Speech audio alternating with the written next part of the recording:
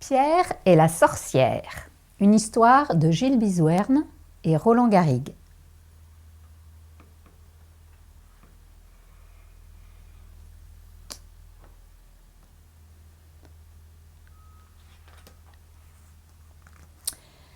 Il était une fois, rien qu'une fois, une sorcière, une terrible sorcière qui vivait dans une forêt près d'un village.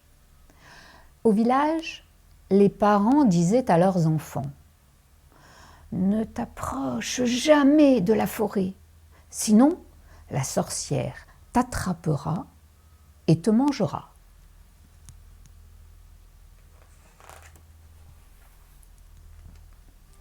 Tout le monde avait peur de la sorcière. Tout le monde, sauf Pierre. Pierre était un galopin qui n'avait peur de rien. À la rivière, il attrapait des grenouilles. Dans les prés, il courait après les vaches.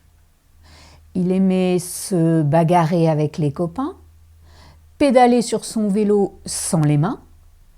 Il était foufou, un vrai casse-cou.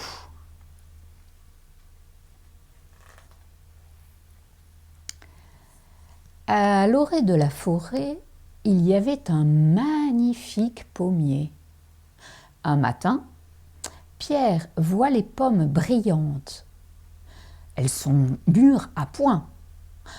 Il en a trop envie. C'est plus fort que lui. Le voilà déjà qui grimpe à l'arbre, s'assied sur une branche et croque dans une pomme.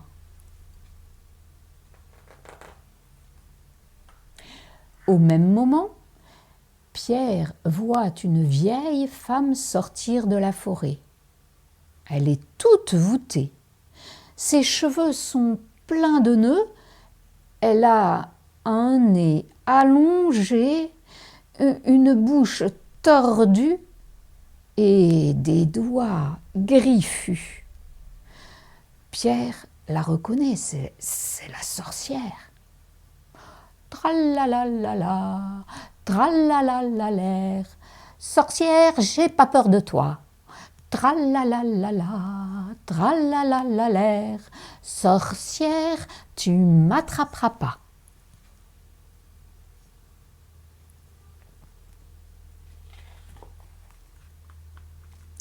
Pour attraper Pierre, la sorcière dit d'une voix toute douce « Qu'est-ce que tu me chantes là?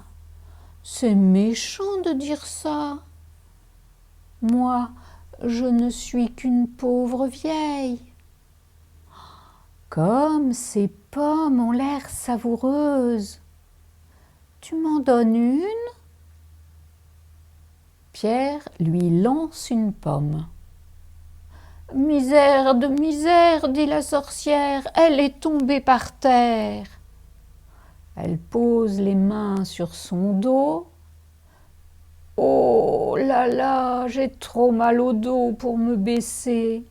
Sois gentil, mon petit, ramasse-moi cette pomme. » Pierre descend de l'arbre.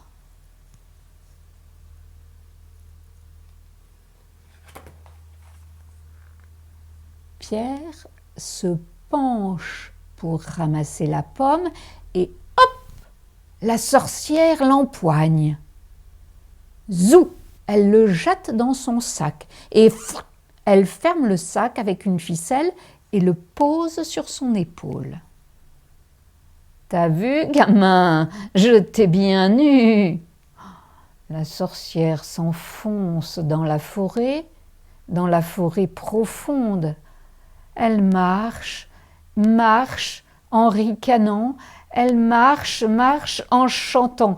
Croquis croquat, c'est moi la plus rusée. Croquis croquat, je vais bien me régaler. Enfermé dans le sac, Pierre a peur. Il a le cœur qui bat fort. c'est tout noir.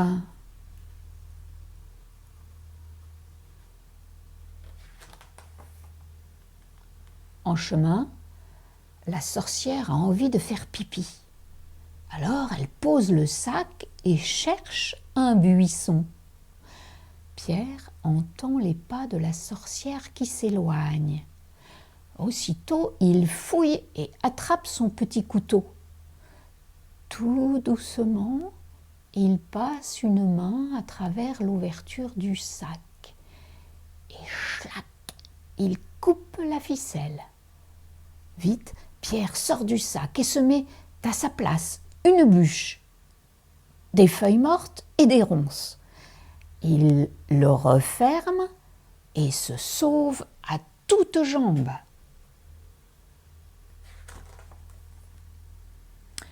La sorcière revient et, sac sur le dos, poursuit son chemin.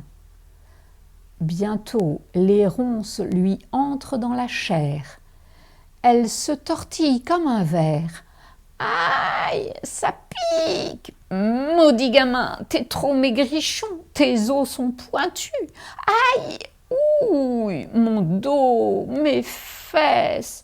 Arrivée dans sa cabane, la sorcière ouvre le sac et découvre une bûche, des feuilles mortes et des ronces.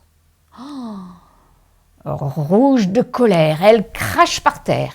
Elle crie, le poing en l'air. « Je l'attraperai, ce vaurien, ce morpion, ce casse-bonbon, nom d'une plume de corbeau, j'aurai sa peau. » Elle hurle tellement d'insultes que la cabane tremble du sol au plafond.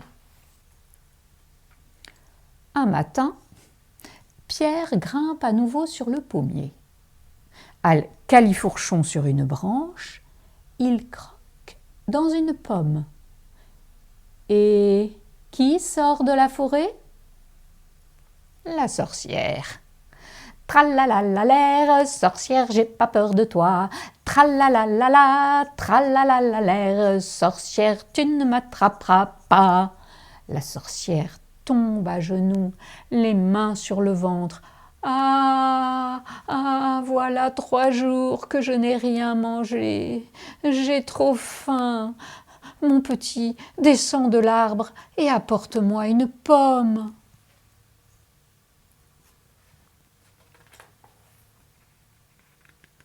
Ouais, c'est ça, répond Pierre. Cause toujours. Je te crois pas. Tu veux m'attraper comme la dernière fois. Mais qu'est-ce que tu vas imaginer, mon petit? C'était juste pour jouer.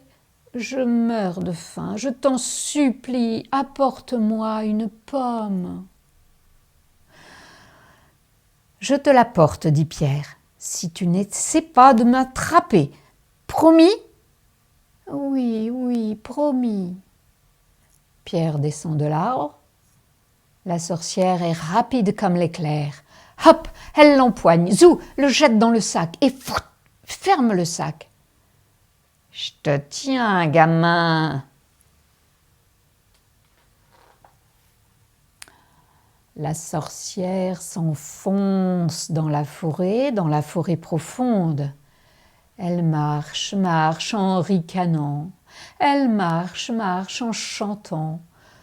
Croquis, croquat, c'est moi la plus rusée. Croquis, croquat, je vais bien me régaler. Mais le chemin est long et la sorcière est fatiguée. Alors elle pose le sac au pied d'un arbre. Elle s'allonge à côté et s'endort.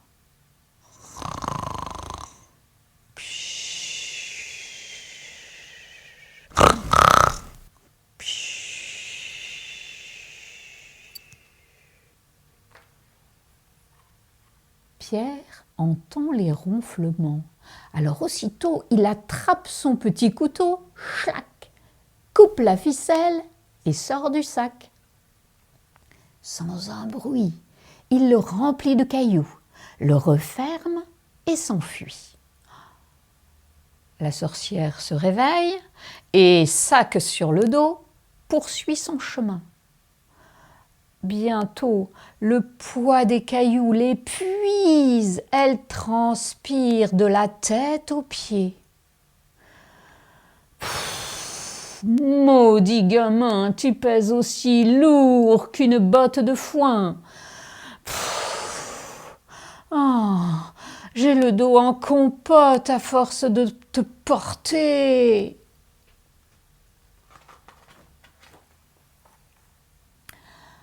Arrivée dans sa cabane, la sorcière ouvre le sac et découvre des cailloux. Folle de rage, elle s'arrache les cheveux. « Encore raté! Petit morveux, face de paix, sale gosse, nom d'une écaille de dragon, je vais péter un chaudron !» Elle hurle de si grosses insultes que la cabane se fissure du sol au plafond. À partir de ce jour, la sorcière se cache derrière le pommier. Elle attend Pierre. Un matin, enfin, elle le voit. Méfiant, Pierre regarde à gauche, à droite. Il s'approche doucement, tout doucement. Brusquement, la sorcière bondit de sa cachette et l'attrape. Hop, zou, et fout, revoilà Pierre enfermé dans le sac. Mouin, dit la sorcière, tu fais moins le malin, gamin. Cette fois-ci, je garde le sac sur moi. Tu m'échapperas pas. La sorcière s'enfonce dans la forêt profonde. Elle marche, marche en ricanant, elle marche, marche en chantant. Croquis, croquin, c'est moi la plus rusée. Croquis, croquin, je vais bien me régaler. Dans sa cabane, la sorcière ouvre le sac et découvre Pierre. Toute excitée, elle se frotte les mains. Ce midi, je te mange bien rôti. Allez, entre dans le four, il est déjà chaud.